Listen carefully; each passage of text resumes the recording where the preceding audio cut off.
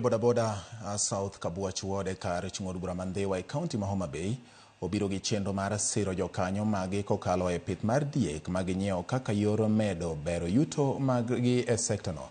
Kaka ripota marwa ma Homa Bay Alabich lero, riwruogno mong'ere ni pala moyie bodaboda youth group ne ochako riwruok makamano gi apiko achiel, kendo sani gisenyiewo diek 53 ma gipogo ne jokanyo e grubno. Riwruok mar bodaboda ma ong'ere ni pala moyie mayudore South Kabuoch ward ka chud bura mandhiwa ne ochako grup gino gi apiko achiel mane ochiwnegi 2018 kendo gisebedo ka gisolo omenda kendgi giwegi mar dongo riwruok mar gino. Ka opogore gi chenro mag dongruok ma gisebedo ka gitimo, riwruogno onyiewo diek 53 kokalo omenda ma gisebedo ka gikuno makoro gimiyo jokanyo mag-gi kaka yor jiwo chenro mag pith manyalo konyo e bero ngimagi. Ka wan gi pikipiki ni wadwa gik mwadwa go arambe ka wamedo pesa pikipiki. Kwa pesa pikipiki ni wadwa ng'iewo tent. Ka waseng'iewo tent, wachak pikipiki generate pesa, wachak wadog wachak wago arambe mar ariyo, wang'iewo kombe. Koro sani no waneno ni wachak wang'iewo kombe ka wami ng'ato ka ng'ato diel mondo dhi opidhi kaka ja group ma pala moyie. Kawuono ne wapogo members wa diek, ne wan ka gi diek 53 wamiyo member ka member.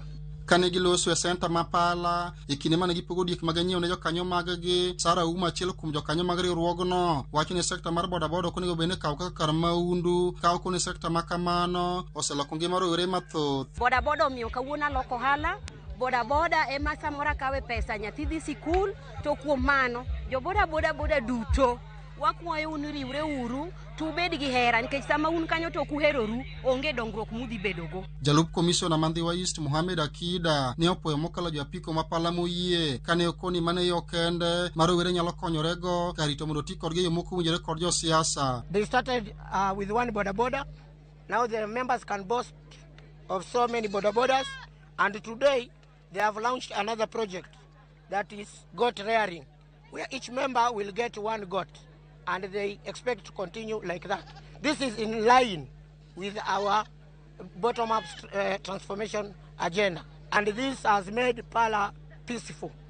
And we encourage other boda groups that are here to follow the example of Pala Moyie. Ka jaod bura machon mandhiwa Agustino Neto ojiwo rowere ahinya to magomni e sekta mar bodaboda mondo obed e grube manyalo konyogi makigi yien josiasa tiyo kodgi mar muocho tulo e rombe mag siasa. Koro 2018 ne wagwelo grube 22 mag jo bodaboda mandhiwa manomiyo gi apiko.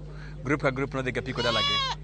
To e grup 22 go moko kuomgi nitie ma apiko mane wakonyogi godo go osemiyo gi nyak maber machalo mar jopala moyie bodaboda.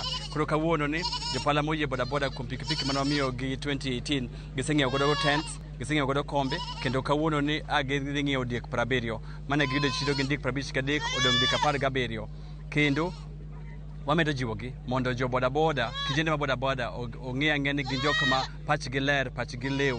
Ali Abich, Ramogi TV.